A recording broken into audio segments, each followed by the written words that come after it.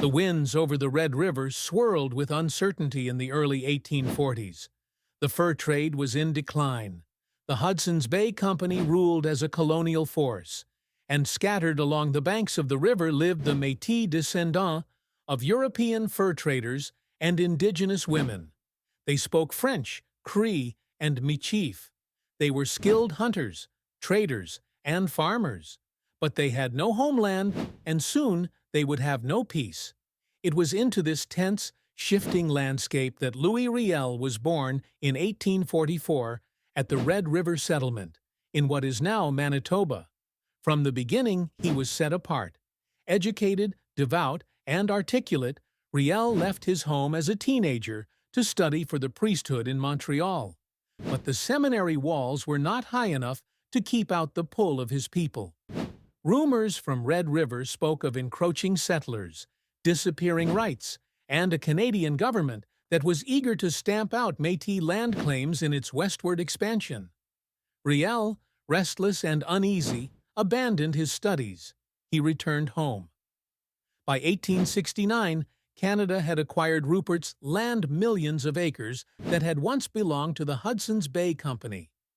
The government made plans to survey and settle the land without consulting the Métis, who had lived there for generations. Riel saw what others could not or would not see, that the Métis were being erased, not just from the land, but from the story of Canada itself. So he stood. At just 25, Louis Riel emerged as a leader, soft-spoken but firm, driven by faith and a burning sense of justice. He led the formation of a Métis provisional government, taking control of Fort Garry and halting the land surveyors. He didn't want war, he wanted negotiation, rights, representation, a voice for his people in the Canada that was forming around and without them. But then came the name that would forever haunt the legacy of Louis Riel, Thomas Scott. Scott, an Orange man from Ontario and a vocal anti-Catholic, had been captured by Riel's forces during a skirmish. He was tried by the Métis provisional government and, to Riel's later regret, executed by firing squad. The backlash in Ontario was immediate and vicious. Riel was branded a murderer, a traitor, a rebel. The execution of Thomas Scott fractured the fragile negotiations Riel had started. In the East, Canadians called for vengeance. In the West, the Métis braced for the worst. Riel had won a short-term victory. He secured terms that led to the creation of Manitoba as a province, but he had also lit a fuse. Louis Riel, once a symbol of hope for the Métis, was now a wanted man, and so he vanished, but only for a while, because the fight was far from over. Louis Riel disappeared into the shadows, but his name only grew louder in Canada's bitter political battleground. While Ontario branded him a murderer and traitor, many in Quebec saw him as a devout Catholic standing against English oppression. In the prairies, he remained a spiritual beacon for the Métis, who had lost their land and rights in the tide of colonial progress. In 1870, Riel fled to the United States. He crossed the border into the Dakota Territory, adopting a low profile, but peace eluded him. Haunted by Scott's execution, tormented by visions, and increasingly erratic in behavior, Riel's mental health deteriorated. He was institutionalized twice. Yet, even during those troubled years, he never let go of the cause.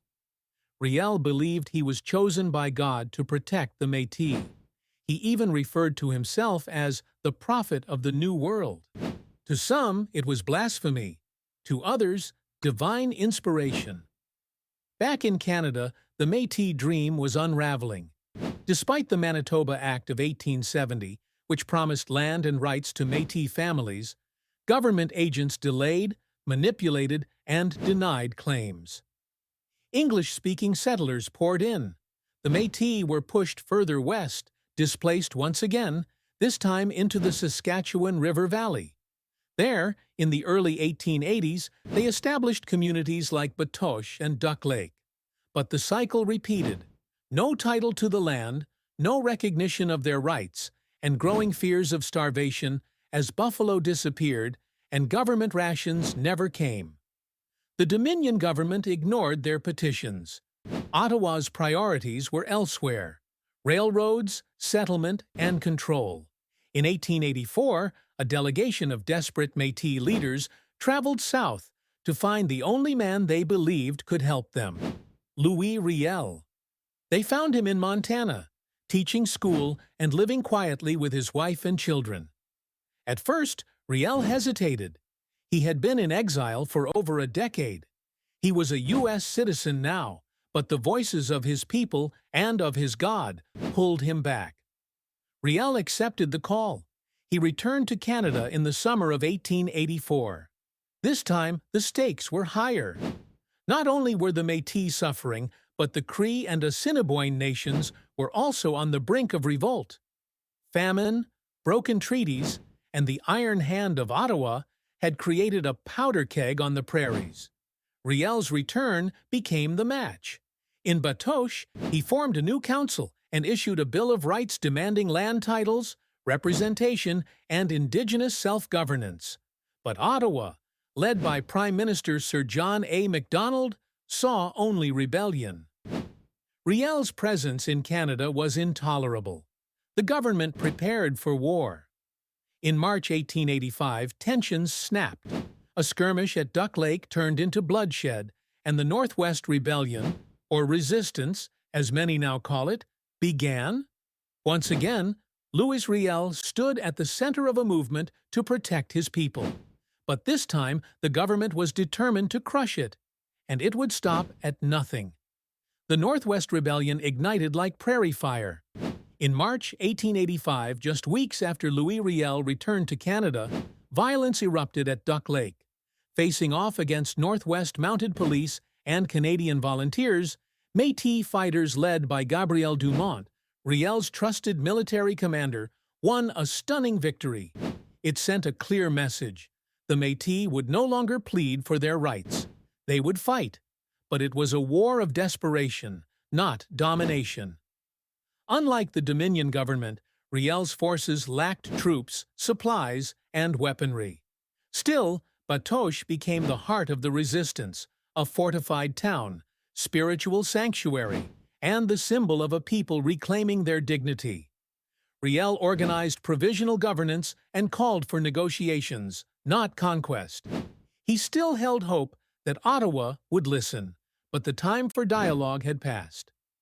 Prime Minister Macdonald, already under pressure for his handling of Western expansion, acted swiftly. Mobilizing over 3,000 troops, he sent a well-equipped militia via the newly completed Canadian Pacific Railway, its first major military use. The same railroad that had displaced the Métis would now be used to destroy them. Riel, Dumont, and the resistance fighters knew what was coming. In April, the Battle of Fish Creek unfolded. Outnumbered and outgunned, the Métis still managed to ambush a larger Canadian force, slowing their advance. It was a moment of triumph, but also a grim reminder. Every battle drained their strength. And then came Batoche. For 4 days in May 1885, Riel's followers defended their stronghold against heavy artillery and relentless gunfire. Women and children hid in cellars as shells tore through cabins. Métis riflemen, low on ammunition, melted lead window weights to make bullets. Still, they held the line. But the government troops kept coming. On May 12th, after a final desperate stand, Batoche fell. The dream collapsed with it. Riel was captured. Dumont fled to the United States. The rebellion was over, but the consequences were just beginning. In chains, Riel stood before his captors, not as a defeated outlaw, but as a man unwavering in belief. He proclaimed he had acted in the name of justice for the rights of a people long ignored and betrayed. He was no traitor, he said. He was a patriot. But Ottawa was not interested in patriotism. It wanted an example. And Riel, once a member of Parliament, now a political liability, was the perfect target. What followed was one of the most controversial trials in Canadian history, and the nation would never be the same. The courtroom in Regina was stifling in the summer of 1885, both in heat and in the weight of history pressing down on it.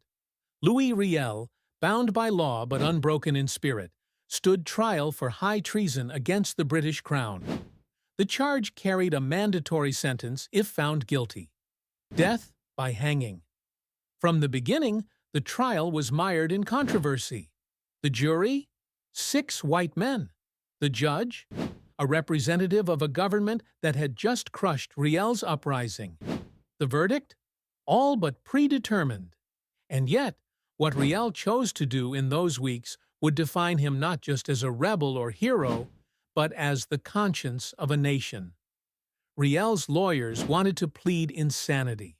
After all, he'd been institutionalized in the United States. It was their only chance to save his life. But Riel refused. "Life without honor is worse than death," he told the court. He did not believe himself mad. He believed himself righteous. Day after day, he delivered impassioned, articulate speeches in English and French, defending the Métis cause. He condemned the government's neglect, the cruelty of the past system, the theft of Métis land. He invoked God, justice, and the Constitution, claiming he had acted as a prophet of his people. "Even if I am wrong," he declared, "others are more wrong than I." The trial captivated the country. In Quebec, Riel was seen as a martyr fighting for French language rights and Catholic faith. In English Canada, opinions were bitterly divided. Some viewed him as a traitor who threatened national unity. Others saw in him a mirror, reflecting Canada's failure to protect its own citizens. On August 1, 1885, the jury deliberated for just over an hour. Guilty. No recommendation for mercy. Riel remained composed. He clasped his Bible and whispered prayers. Appeals followed. Petitions for clemency gathered tens of thousands of signatures. The Catholic Church intervened. Protests erupted in Montreal, Toronto, and Ottawa. Prime Minister Macdonald faced unprecedented pressure. "He shall hang though every dog in Quebec bark in his favor," Macdonald reportedly said. On November 16, 1885, at 8:18 a.m., Louis Riel was executed by hanging. Outside the prison, a crowd gathered in solemn silence. News of his death spread like wildfire across the country, and with it, a bitter divide. To English Protestants, Riel's fate was justice. To French Catholics and Indigenous communities, it was martyrdom. But what had really been put on trial wasn't just Louis Riel, it was Canada's soul. Could a country claim to value freedom while silencing those who demanded it? Could it speak of unity while ignoring the cries of its first peoples? Riel was gone, but his voice echoed louder than ever, and far from ending his legacy, the government had ignited something far more powerful. Louis Riel died at the end of a noose, but his spirit never rested. In the decades that followed, the man once branded a traitor was resurrected as a symbol, first of resistance, then of justice, and finally of reconciliation. In the immediate aftermath of his execution, divisions deepened across Canada. French Canadians mourned. Indigenous communities grieved. For the Métis, Riel became a sacred ancestor, a fallen leader who gave his life for their survival. Yet the Canadian government moved on, building railroads, settling the West, and burying uncomfortable truths beneath a facade of nationhood. But history has a long memory. By the early 20th century, whispers of Riel's courage resurfaced in classrooms, libraries, and grassroots movements. Métis communities continued to tell his story, preserving oral traditions and family legacies. Each generation added new chapters to Riel's mythos, not one of madness or rebellion, but of justice, law, and identity. Then, in 1969, something extraordinary happened. The Métis founded the Riel Cooperative, launching a renewed push for political and cultural recognition. Riel's name became a rallying cry, not only for Métis rights, but for all Indigenous peoples across Canada. His dream of self-determination, once dismissed as delusion, found a new audience in the era of civil rights. By the 1980s, historians began re-examining Riel's legacy. No longer a footnote in Canada's colonial conquest, he emerged as a father of Confederation, a visionary who fought for minority rights in a young, fragile democracy. In 1992, over a century after his death, the Canadian Parliament officially recognized Louis Riel as the founder of Manitoba. In 2008, then Prime Minister Stephen Harper formally apologized for the residential school system, another wound Riel foresaw but never lived to witness. Today, statues of Riel stand in cities from Winnipeg to Regina. His writings are studied in universities. His image appears in murals, books, and documentaries. And each year, Louis Riel Day is commemorated in Manitoba, not just as a tribute to a man, but as a reminder of the fight for equity that continues. But not all wounds are healed. The Métis still battle for land claims. Indigenous communities still endure systemic injustice. And the question Riel posed, who speaks for those without power, still hangs over Parliament Hill. So was Louis Riel a rebel or a hero? Perhaps the truth lies in what he became. A catalyst. His life shook the foundations of a nation and forced it to ask who belonged, whose stories mattered, and what kind of country it aspired to be. Riel once wrote, "My people will sleep for 100 years, but when they awake, it will be the artists who give them their spirit back." They are awake now, and Canada is listening.